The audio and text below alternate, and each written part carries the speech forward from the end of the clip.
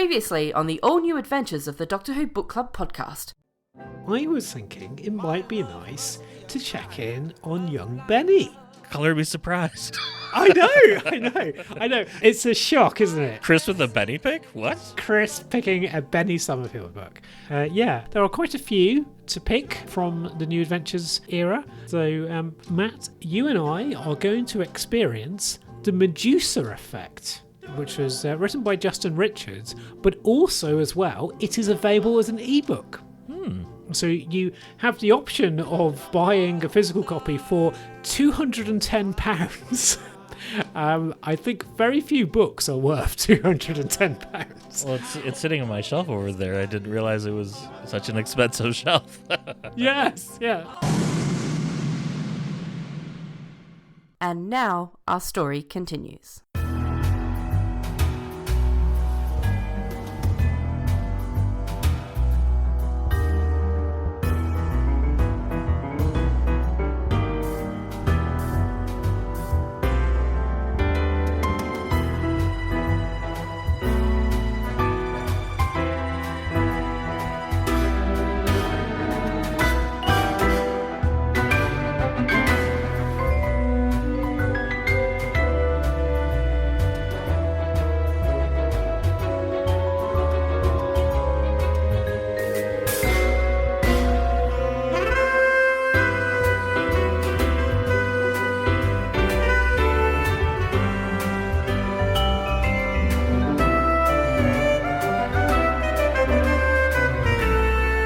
Welcome, everyone, to the all-new adventures of the Doctor Who Book Club podcast. This is Matt in Minnesota. Chris in South London. How's it going, Matt? Happy March, Chris. It's Yes. going fairly well. Yeah. Better than last month, I would say, so that's good. Yeah. How have things been going with you? Yeah, it feels as if spring is starting to kind of appear over here. I saw some spring blossom on a tree. I felt like asking it, are you sure? It's late February. Maybe you appear later. And I had a meeting on a rooftop. Was it a clandestine Torchwood trenchcoat type meeting, or Not really, no. It was more of all the meeting rooms in my office are full. It's not raining. It's sunny. Shall we go upstairs and have a meeting? But I was also thinking, we're doing this in February in London. Okay. March tends to be Minnesota's snowiest month, so we'll see how that shakes out. But Yes. one thing I'm super excited about is the announcement that the TV movie is coming to 4K. Of course, listeners may know that the TV movie is what got me into Doctor Who, warts and all, I guess. But now we get to see those in stunning 4K quality, and it's a proper go back to the 35mm negative remaster and not up conversions or PAL conversions. And those in the UK will finally be able to hear the TV movie at its proper speed, and it'll be 6 minutes longer. Yeah. They better fix the audio commentaries too, because those were they either have to slow them down or cut them up. Yeah. And then in book news, a couple of cool announcements. The anthology Tales of the TARDIS, Festive Stories of Myth and Memory, not to be confused with the Tales of the TARDIS vignettes, comes out in hardcover on October 22nd and will feature 8 new short stories, and authors are to be revealed for that. And then some exciting news coming out of the BFSA. Yes, indeed. It is the British Fantasy Society, and the A is the awards. So Lux and the Revolution of the Robots, is it Revolution of the Robots? It's the Robot Revolution, isn't it? Anyway, both of those have been nominated for Best Fiction for Young Adults. That's not necessarily the exact naming of that category, but that is the general gist. So that's good. It's good to see Doctor Who presence there. Those will be handed out in Glasgow in October time, I think. But certainly I'll be there. I mean, I'll have a better grasp of the facts at that point. But yes, it will be Glasgow at the Crown Plaza, which will be lovely to see folks. And also, I might well meet up with some of our Glaswegian listeners if they are around, even if they aren't attending. Nice. So, yes, we may have our own LobbyCon. Or your own Doctor Who tavern on the Yes, indeed. on the side there. Yes, and we can go and find some more of the police boxes. And I think that brings us to show and tell. It does. And you go first by tradition. And I have a book to talk about. Ooh. Which is a book called Doctor Who Storm Cage, a river song adventure, written by Alex Kingston.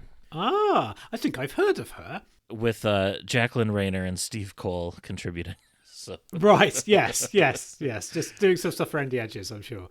But what's unique about this book is that it is done in a choose-your-own-adventure style. Ooh, okay. And it looks like the time slip moniker was dropped, probably so it doesn't get confused with that old sci-fi series. Yes, yeah. You'll be pleased to know that it's written in the proper choose-your-own-adventure style and not in whatever Colin Brake's style was. And it's the first in hardcover, but joins 26 other Doctor Who paperback books. And I'm not mad that it's hardcover, and I hope it is the first in a new line. Yeah. I would love to see a Fugitive Doctor adventure done in this style. Yes. Maybe a War Doctor one where almost all the endings are bad, given that it's a time war. Yeah. Or the 14th Doctor. Oh, yeah. We've not had that much time with the 14th Doctor. Yeah, flesh out some of his adventures with Donna, kind of in that period before Wildly Yonder. I mean, we could spend more time with Handles, who is the longest-serving companion, according to Wikipedia. Defending Trenzalore or something. Yes. All sorts of potential things. One cool thing about this is that you always get, the binary choices, but then there are several choices where you get 3 or even 4 options, which is kind of nice and makes it a little bit more dynamic. And listeners, if you want to know more about Choose Your Own Game books, we have a whole special about them. So we do. Go back in the back catalog and have a listen if you haven't already. Yes. I guess my one criticism is I wish there were some black and white illustrations. Yeah. Not a ton, but maybe a dozen or so would have been very much appreciated. Yeah, I suspect that getting the author on board probably also might have made a bit of a hole in the budget. I don't know.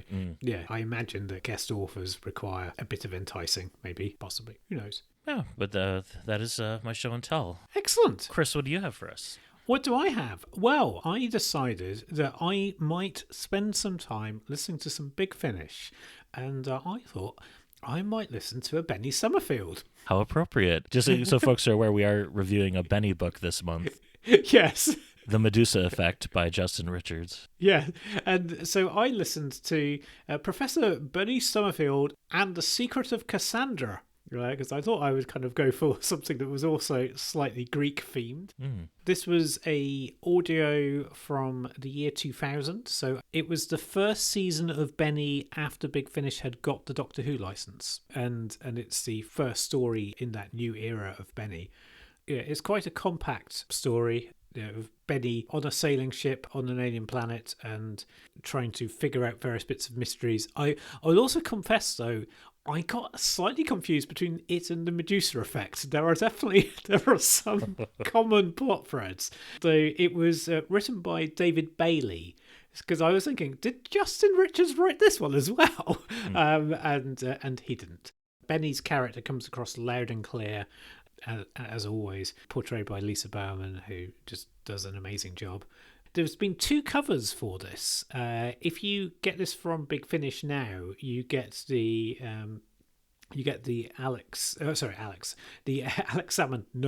Adrian Salmon. Alex Salmon, a very different person. The Adrian Salmon cover and Adrian Salmon's art sometimes can work, sometimes doesn't, though I think, having seen the first edition, I think I prefer the Adrian Salmon version. But still, anyway, it has a big kind of tall ship. So tall ship is a technical thing, both of those, and has Benny on the cover and sort of setting things up for a nautical adventure. They're good. Have you ever listened to that particular Benny story? I have it on my shelf. I have, but I have not listened to it yet. Yes, it's in my big pile of Big Finish shame, which hopefully I'll make some progress on in the coming years here. Yes, I don't think we've actually. Oh, yeah, I was going to say I don't think we've encountered any David Bailey's work, though he wrote the Eternity Clock, the video game. And he's done a few entries for short trips, but not one of the ones that we have done. I should play Eternity Clock again. I always get stuck on the stealth stage where you're River Song and you're kissing guards. trying to break out of Storm Cage. Nice. Right. Okay, well, I think that brings us on to the Medusa Effect, doesn't it? Yeah, which is written by, as you said, Justin Richards. Mm-hmm. We've reviewed several of Justin Richards' novels before. Yeah. I don't know what more we can say about the man. He was editor, took over from Steve Cole, I think, for the Eighth Doctor range at some point in that journey. Yeah, during that range. I have sat next to someone speaking to him on the phone. I think I've said that before when I was working in a call center and I realized that someone was talking to Justin Richards. And I was trying to do all I could to not sort of like say, could you just give me the phone? I know exactly who you're speaking to. I want to pitch him a book. Yes. And it features a cover illustration by Mark Solowski of Benny dancing with like a skeletal figure in a tuxedo, and Benny's wearing a pink evening gown. Yes. It slightly reminds me of the Time Worm Revelation cover. Doesn't the skeleton look a bit like the Silence? Oh, yeah. Now that you say that, yeah. There's a kind of silenciness about. And interesting you mentioned the connection with the Time Worm cover, as we had a listener comment that made that same point, which we'll get to in the feedback section. Ooh. Oh, okay, cool. I did not see that. But, excellent. The book is divided into 3 sections called Investigation, Discovery, and Verdict. Yes. And it's 15 chapters over those 3 sections. And it's dedicated to Allison, Julian, and of course, Lumpy. And for folks that might be asking, why are we reading a Bernice Summerfield book? So in between Doctor cycles, we do like off-cycle picks for 3 or 4 months to give us a little bit of a break and dip our toes in the wider Doctor Who universe. Yes, though this does feature some other parts of Doctor Who rather than just Benny, even though they are presented in a lawyer-friendly way. Yes, like new areas instead of yes, that's precisely what I was thinking of. Or there was a giant war and the enemy tried to exterminate us. Yes, that as well. Well, shall we begin? Yes, let's begin. So 20 years after its launch and disappearance, the spaceship Medusa drifts back into Della space, and Della is the planet that Benny is teaching on as a professor. Yes, and from time to time. And I was going to say, the planet's there from time to time as well. Yes, it is. It is. And an expedition is prepared to find out what went wrong with this ship. And the ship is like a luxury cruise liner type ship. So picture almost like the Titanic in Voyage of the Damned, but more spaceship looking, I would say. Yes, I think that's fair, yeah. And one of the expedition members, a Marianne Decleter? Yeah, Decleter, yeah. Decleter. Marianne Decleter dies in a mysterious accident at the Advanced Research Department, which is a shadowy, clandestine department that had been referred to in previous Benny books. It's part of the St. Oscar's University that she works at. And the head of the project team, one Taffeta Graze, maybe? Graze. Yeah. Graize. So I think Graze. That'd be easier to say. Yes. Taffeta Graze invites Benny to join the expedition in her place. And Benny is suspicious of Graze's motives, as Decleter's friend, Commander Scutloyd, who is a Martian ice warrior, even though the text doesn't make that clear. No, but it does talk about how he pronounces words and his armor and stuff, so it's kind of going, wink, wink, wink. Mm-hmm. We know what this is, folks. Yeah, he has red lenses and over his eyes. And he privately tells Benny that she and Decleter had a lot in common. And Benny and Scutloyd enlist Irving Braxiatel's help, who's another professor in the university, and more importantly, is the Doctor's brother. Yes. Or perhaps shared a loom, depending on what continuity you subscribe to. Yeah, it was hinted about, And Irving Braxiatel digs up information on the Medusa's launch and gives like a data cube or holodisk to Benny to peruse later. Think of it like a Jedi holocron. Yeah. Importantly, Benny does not review the contents of this before going on the mission. Medusa was entirely remote controlled from Della. The purpose of this project, conducted in the final days of the war between humanity and a race of exterminating aliens, of course, the Daleks, was to launch a new class of remote-controlled luxury space liners to bring enjoyment back to space travel again. Why they're doing this in the middle of a war is perhaps unclear, but yes, we might find answers to that later. People go on holidays in wars still. They do, and sometimes people need that. So, great point. So, before the expedition sets off, Benny undergoes a medical examination, which includes an injection to protect her against any lingering viruses on board the Medusa. And she's told to abstain from alcohol to avoid side effects. But Benny, being Benny, she quickly forgets the warning. And when she's introduced to her fellow expedition members, she finds it surprisingly easy to categorise their personality quirks into quick pigeonholes. And the expedition sets off to the Medusa, where things go wrong almost immediately.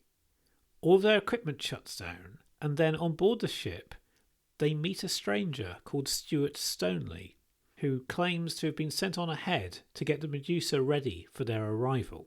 The expedition soon finds the former crew and passengers' bodies and realise that they have all been murdered. And it's not like a ship of like hundreds of corpses. We're talking like 7 or 8 I think, total, because it was like a shakedown cruise sort of deal. Yes. A couple of just quick points about Commander Scutloyd. Yes. So he first appeared in an earlier Justin Richards novel, Dragon's Wrath. Ah, okay. And one of his quotes kind of struck me: "Without a cause, a just cause, war is but murder writ large." Yeah. And he implies that he and Benny have a mutual friend that doesn't believe in coincidences. Which, of course, might be the Doctor. Yes, it sounds like it does. Although, depending on which Doctor's incarnation, because the 8th Doctor chastised humans for seeing patterns in things that aren't there, as opposed to saying no coincidences. So, but I thought that was kind of funny. And then on the ship itself, so everything is super dusty, covered in cobwebs. That immediately raised like red flags to me. Like, would that be the case? Would spiders die out without a food source? Don't humans produce dust through the shedding of skin cells? Like I would have thought like a ship would be really clean, but I am glad that Benny eventually started questioning like, where are these spiders coming from? Yes. It's not ever answered in the narrative, but it's no, but it is kind of a atmospheric touch, I think. Yes, yeah. I mean, it almost feels like there was an editorial note. It's like, yeah, okay, sure, I'll address that. And I knew something was fishy when the expedition got dropped off, and rather than the scout ship wait for them, the ship's like, okay, we'll see you in a week. And I was like, it's going to be a long week. Yes.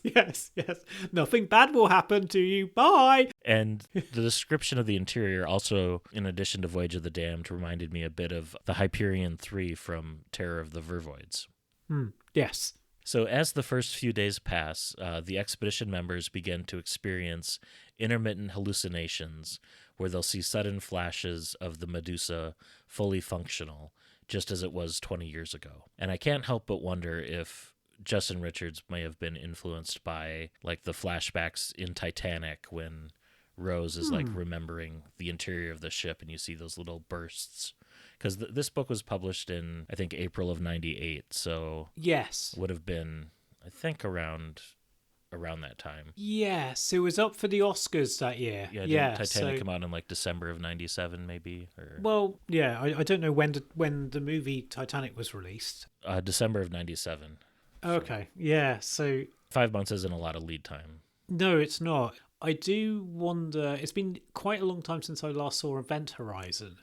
But I was kind of thinking that there were some bits of Event Horizon that were seeping in as well. But so Benny and this other character, Stuart, who had been on the ship, slowly begin to realize that the expedition members are slipping into the behavioral patterns of the former crew and passengers. and that history is beginning to repeat itself. And even Benny is beginning to unconsciously adapt to some of the traits of one of the former passengers. And while Stuart is exploring the bowels of the ship, Captain Kromsky finds and attacks him for no reason, and Stuart accidentally kills Kromsky in self-defense. And there are witnesses to this attack, so it's not like we're just hearing Stuart's version of events.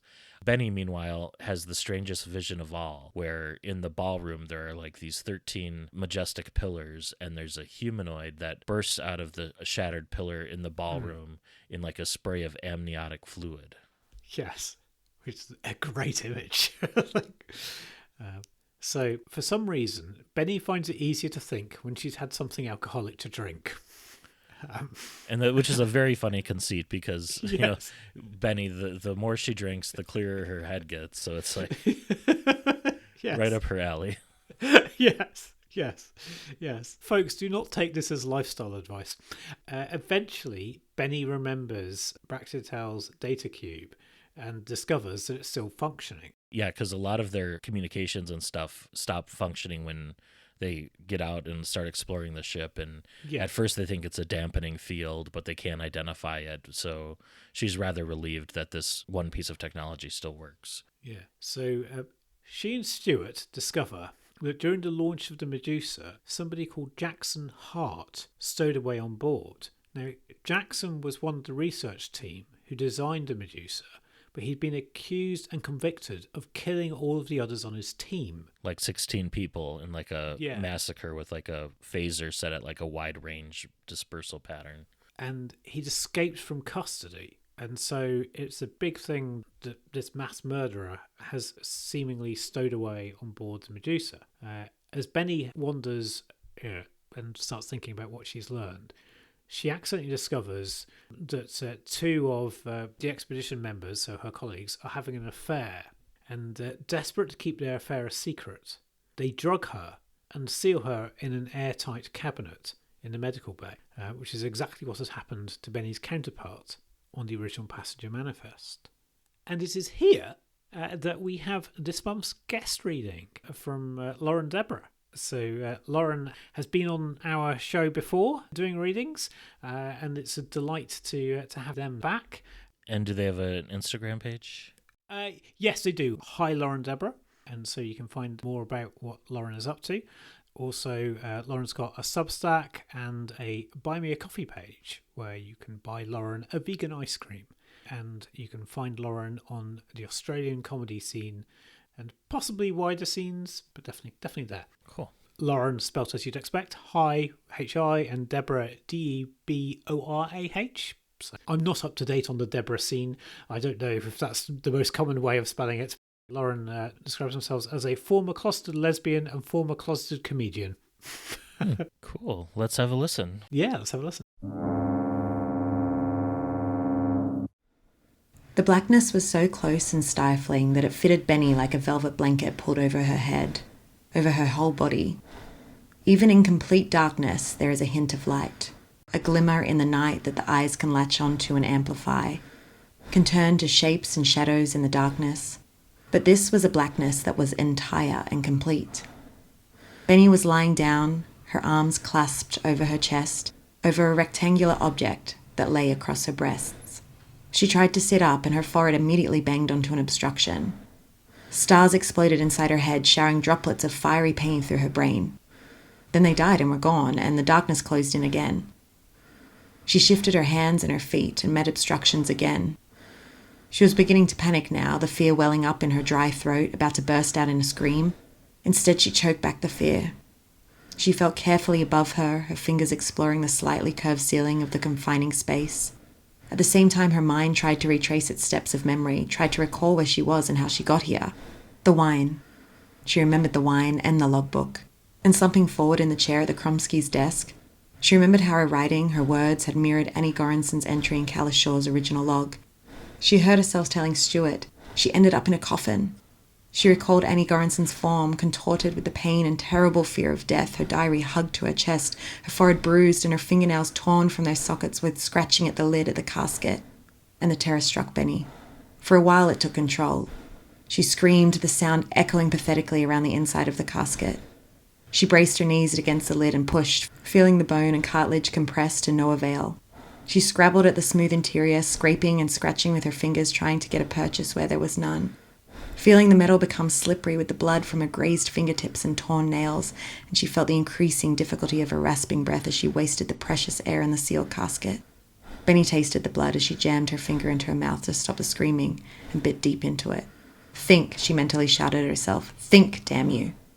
She didn't have to break the casket open. All she had to do was make a tiny gap big enough for the tiny molecules of air to seep in and keep her alive until she could think of a way of opening the lid.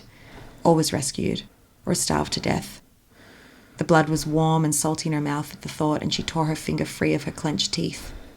There had to be a way somehow to break out, to survive, she told herself. But at the back of her mind, the realization was equally strong that Annie Goranson had found no way out. So far, events had replayed themselves with unsettling accuracy, and her own death would soon be just another echo of the past haunting the present. Well, she wasn't going to go quietly or without a fight. Benny struggled and gasped for breath as she hammered on the inside of the casket. Then, without realizing it, she found she was tearing instead at her own throat as she fought for breath, felt the life rasping from her, saw the darkness turning from black night to red mist. With her final conscious strength, she curled as tightly as the restricted space would allow into a fetal position, hugging her diary, her life, to her chest, feeling her body heave and convulse around it. Why me? She screamed silently into the night. Why me? Why here? Why now? The sound of her ragged breath was her whole world. Why like this? Then the world stopped. Thanks, Lauren, for reading that. Yes. Thank you. Thank you. And that felt very much like, I was getting Uma Thurman, Kill Bill vibes in terms of breaking out of, very claustrophobic Yes. situation Benny found herself in. Yes. It also reminded me of Sarah Jane in Planet of Evil. But yes. So Stuart is there to kind of like to save her, save Benny. And after surviving beyond where her counterpart had died, Benny finds that the intrusive personality traits are no longer present in her mind, which will help the narrative flow.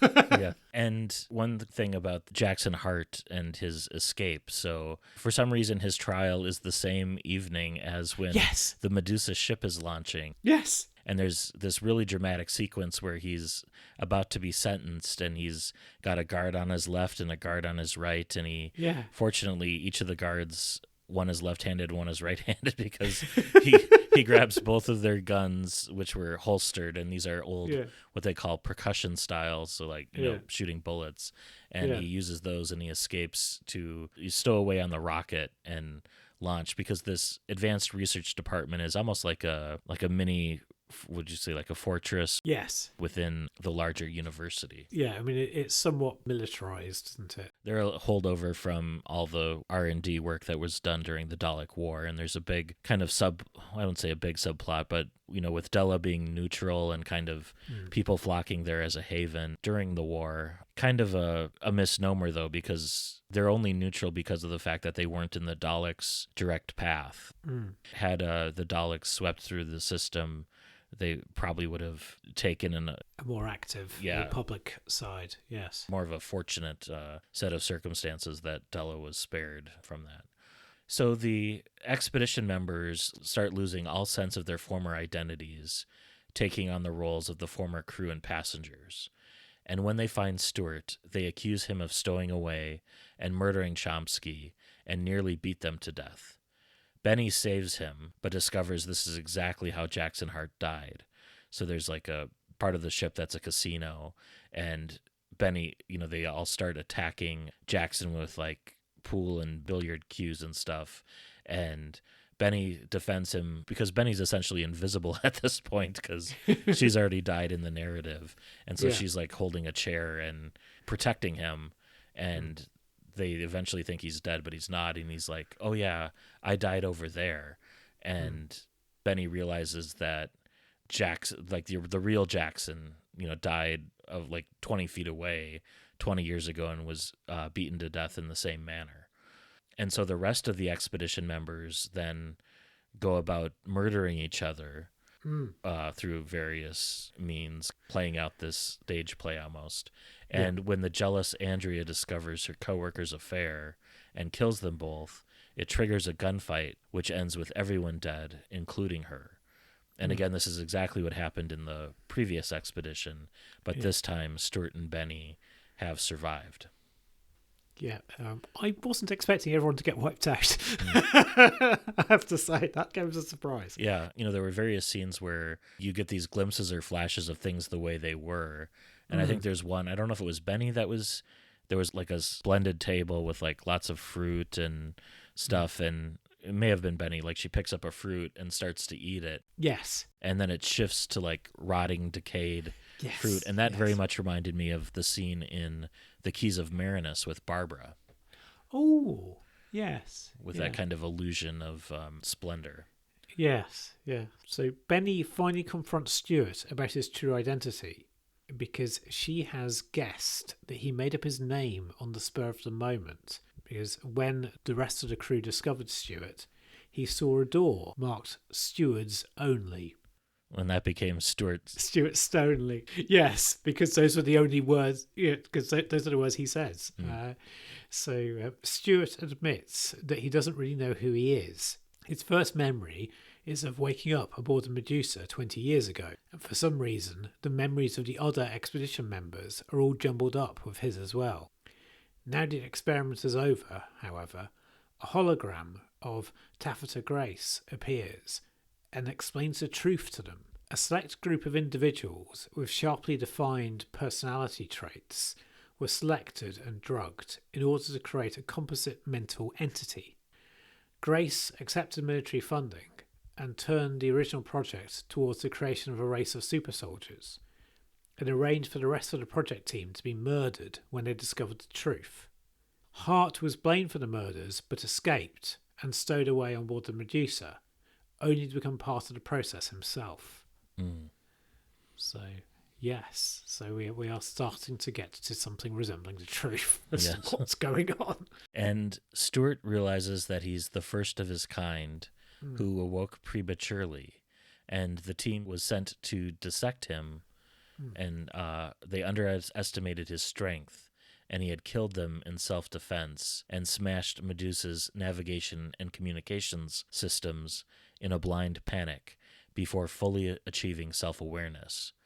And this is why Medusa went off course and became lost and kind of diverged from its original route. And when it was detected again, because it was kind of on this big elliptical orbit back into the system, Grays organized a follow-up expedition populated with folks with the same basic personality traits. And the inoculations in the team's medicals were meant to smooth over any differences between their own personalities and their counterparts. And Benny's inoculation didn't take properly because it was a rush job to replace Declator, who was murdered when she got too close to the truth. And also because Benny's alcohol habit interfered with the drugs and didn't allow them to set in her system in the same way.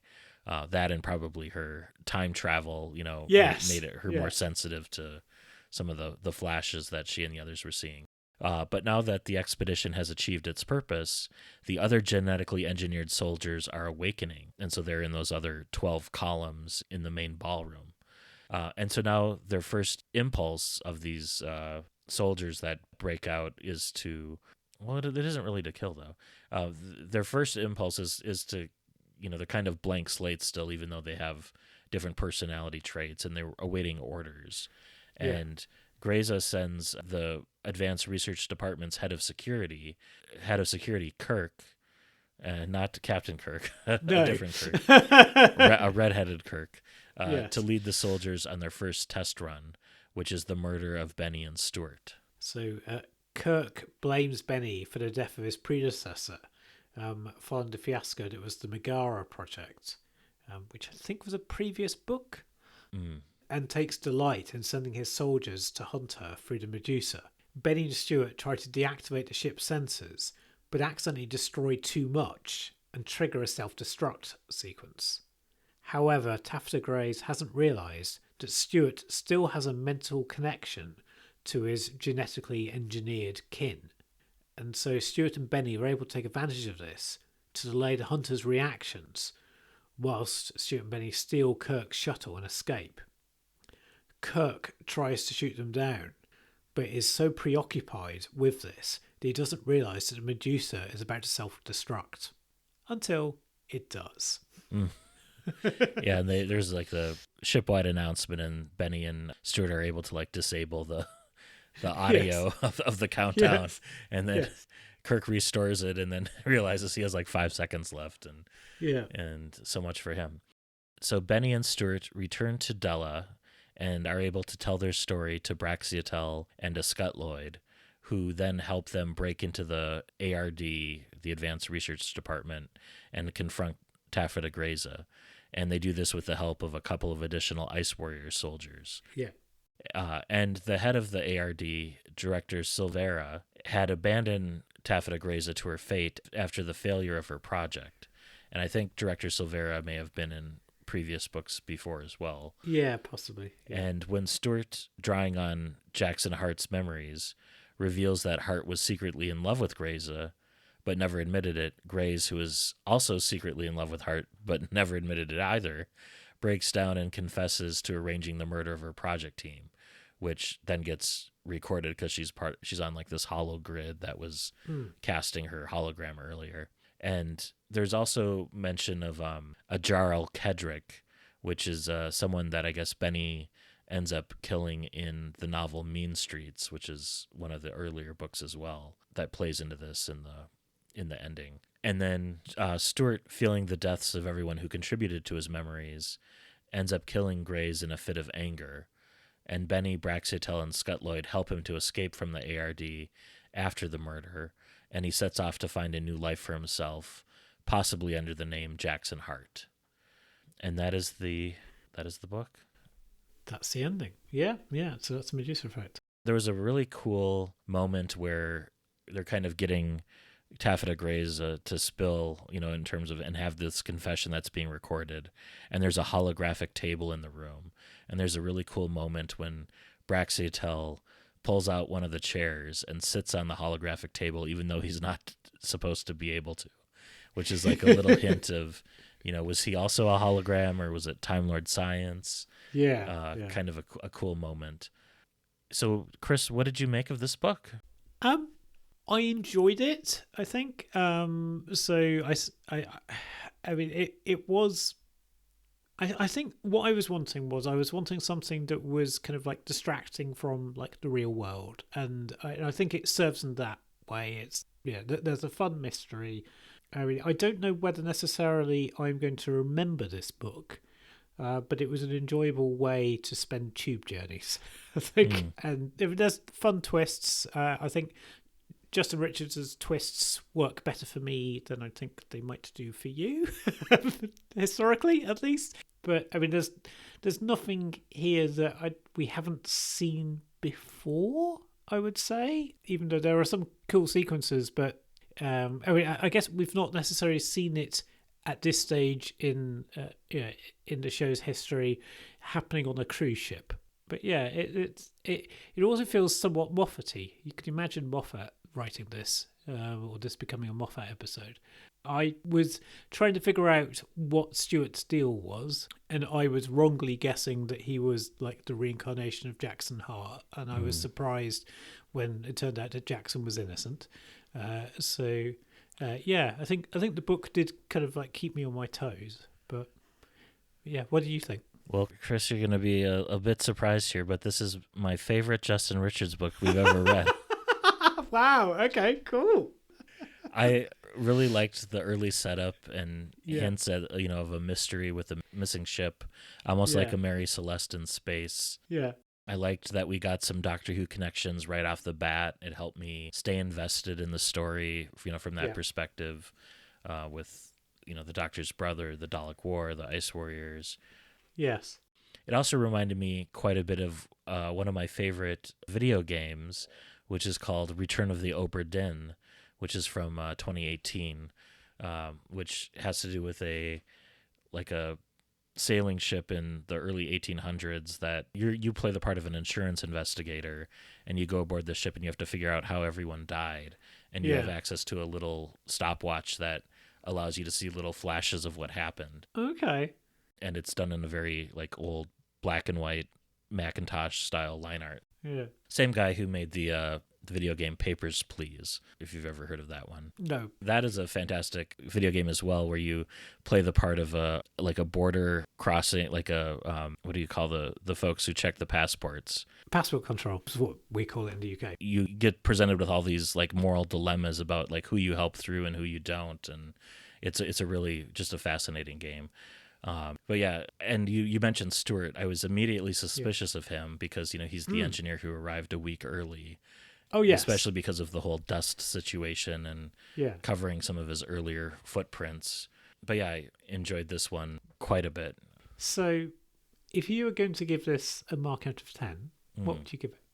I would give this a 9 out of 10. Wow. Okay. Cool. And what held it back from being a 10 for me, I guess I would have preferred the guest cast to have been fleshed out a little bit more. They all seemed really stereotypical. Yes. And I realized that's why they were chosen for the experiment. They each embody a strong personality trait. But despite that, I never saw most of them as like fully rounded people. Yeah. Yeah. I also wish there was greater diversity in the guest cast. Like, well, another thing that this reminded me of was there's an episode of Buffy the Vampire Slayer from season 2 called I Only Have Eyes for You, which, funnily enough, aired in April of '98, the same month that this book was published. And in that, it's like ghosts from the 1950s, like taking over high schoolers. Yes. But what was really cool about that is that they gender swapped. So, like the damsel in distress took over Angel, and then the killer took over Buffy. And so having something like that where you didn't have such parody, where like if one of them being taken over was a different gender or sexuality or even a different species, like if one of them happened to be an ice warrior, say not all human, that would have added some kind of cool complexity to the narrative. Yes, you're right. Yeah. I think that would have made it kind of like a bit crunchier. Yeah. So. Yeah. How about for you? For me, I'm going to give this a 7. I think. I mean, I enjoyed it. I didn't feel though, as you were saying, that I had much investment with the characters of the crew. And so I was kind of going, well, they are pawns in this game. And I didn't really kind of like get much of a flavour of them. And I was then quite surprised when, all of them, apart from Stuart, who wasn't really on the crew, got killed off. I was like, oh, okay. All right, where are we going now? But I mean, it was enjoyable. And I think, the character of Benny came across very well. I mean, Justin has a good grip on Benny's character, and like, I did laugh on quite a few occasions. So I think it's worth checking out if you enjoy Benny. If you enjoy mysteries, because even though we've discussed the plot, I mean, I think there's still quite a few sort of like nice character moments to encounter. So yeah, and there were a lot of just good twists and turns in this, and I just enjoyed the mystery unraveling. And one of the things Justin Richards is known for is kind of creating a puzzle box, and you have to figure things out, and there were just lots of tangents to keep you guessing, and things didn't necessarily play out in the way you anticipated. Like the one thing where I felt I was ahead of the narrative on was realizing that there were 12 more Stewarts on board, with the 13 columns in the ballroom kind of being telegraphed fairly early on. So in terms of the structure of the book, it's organized into thirds, and with part 2 starting as a flashback, it made me wonder if Benny was only going to be in like the first third and the last third, kind of bookending the piece, almost like a Benny Light story. And I was thinking like similar to the novelization of Shakedown, how the Doctor shows up as bookends at the beginning and end. And I was really glad that didn't turn out to be the case, and there was only like one chapter that was a proper flashback in the middle there. Yes, I was fearing that might be about to happen, I must admit, because there is a Benny Light novel. In fact, there are. Well, we've read one. There are more. I will therefore say there are at least 2 Benny Light novels in the Benny range. But I was glad that this was not one of them, and I deliberately chose not to pick the one that we haven't read because I wanted to experience Benny. there's also, good continuity with some of the previous books in the range. The Yeah. Gauls get a few mentions. Those are the big, fluffy native inhabitants of Della that were first introduced in Oh No It Isn't. And Yeah. I also felt like Benny and Braxiatel should have been more determined to shut down the advanced research department at the end. Yeah. It feels like the institution itself got a free pass.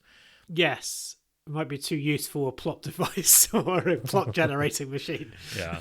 And I would have also liked an answer to all of the spider and dust accumulation in a closed system, but I guess Stuart being there is, part of that. Yeah. And I've been kind of lukewarm on Justin Richards before, and he definitely has peaks and valleys, but yeah, this was I don't know what it was, but I really, really enjoyed this one. And yeah, I loved the ending where Benny says she's going to go out and experience the original Medusa Effect.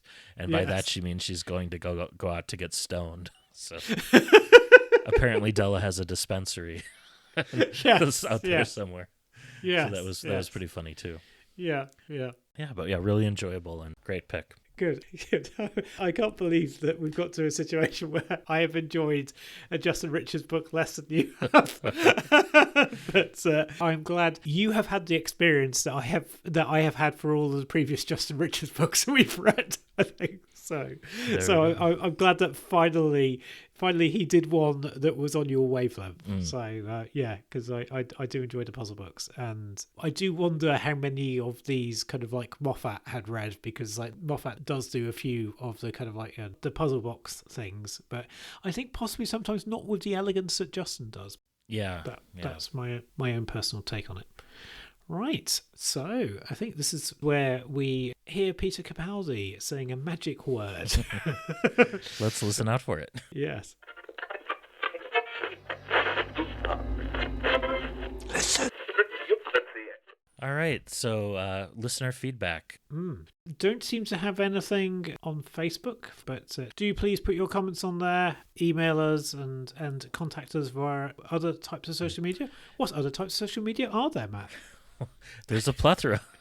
Oh, wow. But yeah, and also listeners, it has been a long time since we've gotten a rating or review on iTunes, or your podcatcher of choice. So yes, are so generously inclined and have enjoyed what you've heard. Please do take a moment to give us some feedback that way, because that does help the algorithm and have folks find us. But yeah, we did get some additional social media comments. So we've heard from listener John Porter, who said he thoroughly enjoyed Liberation of the Daleks. Cool. Especially all the bits in the background to watch out and keep an eye out for.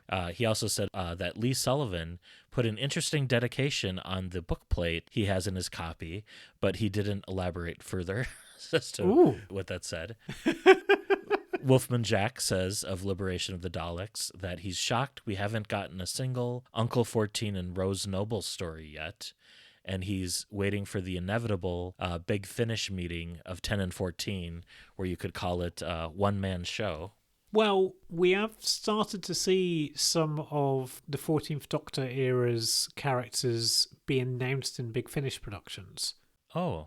We've got an upcoming unit featuring the robot-y thing, the Jinx, or whatever it's called. The Flanks, or I don't know. Well, anyway, we know the thing I'm talking about that I like to pretend isn't in it. The Chameleon du Jour, that thing. So that does suggest that we are starting to get stuff from the second RTD era in the Big Finish. Yeah, very interesting. And Wolfman Jack also noted for the Medusa Effect, the cover is reminiscent of Dancing with Death on the cover of Time Worm Revelations, but you have Benny in place of the Doctor here. I don't know, was that also a Mark Solowski cover? I don't know if he also did that cover. Yeah. And we've gotten an email from listener Amy, who sent us what looks to be like an old Doctor Who VHS style mock-up of Illegal Alien. Oh! Contemplating what if Illegal Alien had been released on video by the BBC in the 90s, which looks rather nice. Oh, I think I've seen that before. Yes. And she also sent us a link to a video splicing in Doctor Who clips into Alan Partridge's Crash Bang Wallop. Right, okay. And asks what was the music that was in the intro for Zeta, I always pronounce it wrong, Zeta Major. Yes, yeah. That was actually the intro to the Zeta Project, which is the DC spinoff from Batman Beyond. So what that music was from. And then we also heard from Keith Say, who thanks us for the podcast. We encouraged him to reread Liberation of the Daleks because he loves a Dalek story. And finally, we've heard from the All of Time and Space podcast, which encourages its listenership to try us out. And we do the same. Check out their podcast. Yes. Oh, it's lovely. Excellent. Right. So before we decide to head off back into the ether, we need to know, Matt, what are we reading next month? Well, Chris, I've hinted at this previously, but we're doing something unlike we've ever done before. Right. Is it a Doctor Who cookbook? I always ask if it's a Doctor Who cookbook at this point. There are two of those to choose from, but no, it's not. No, okay. And I guess we don't do nonfiction. We don't. So you may have to wait a while. For those. Yes. And also because I'm vegetarian, I think quite a lot of those recipes I can't do. But next month we are in for a double feature. Ooh. Because both of these are rather slight volumes at just over 100 pages each. And we're going to be doing a poetry slam. And we're going to read 2 books of poetry. Right. That are Doctor Who related. The first is called Now We Are 600, a collection of Time Lord verse by James Goss, illustrated by Russell T. Davies. Oh, okay, yes. And the second is part of the Decades collection that came out for the 60th by Nikita Gill, and it's called The Angel of Redemption. Ooh. And it's a book of poetry all about the weeping angels. Ooh, okay. And so I have no idea how we're going to summarize these. Summaries don't exist for these. It may just be us back and forth. Oh, you like this poem? How about this one? Yeah. And, Okay. We'll just have a nice discussion about these. And if there are narrative elements, we'll share those. I know for a fact there are some interesting narrative choices that happen in the Now We Are 600. And I also am, being the uneducated American that I am very unfamiliar with the Now We Are 6 book that it is sort of based on.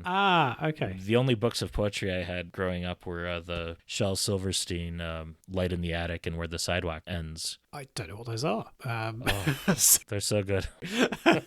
But yes, I am familiar with Now We Are 6 because that's Winnie the Pooh, or at least it's by A.A. Milne. So yeah, something completely different, and we'll see how it goes. Yeah.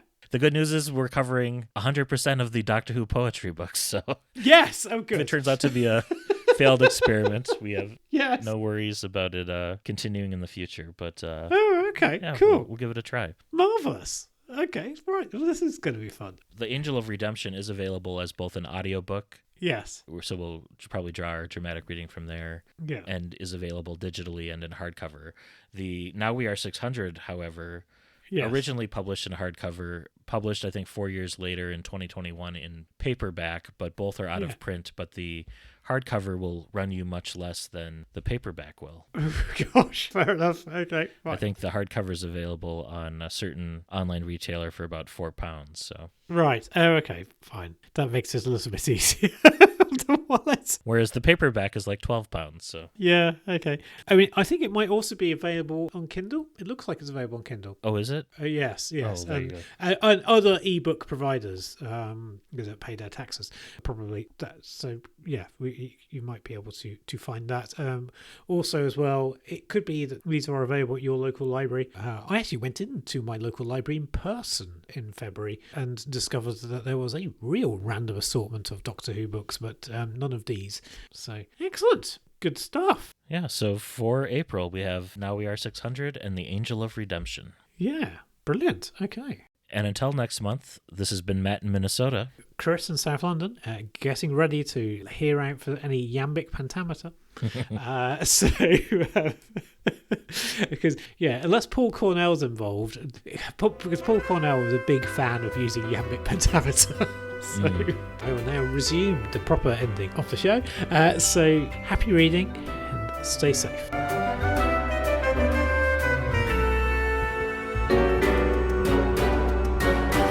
Thank you for listening to the all-new adventures of the Doctor Who Book Club podcast. Special thanks to George C. Music for use of their song Doctor Who Theme Swing Jazz Version. You can follow us on Twitter at ANDWBC Podcast and like us on Facebook. Help other listeners to find us by leaving a rating or review on Apple Podcasts or your podcatcher of choice. You can contact the show by emailing your thoughts to andwbcpodcast@gmail.com. And until next month, happy reading.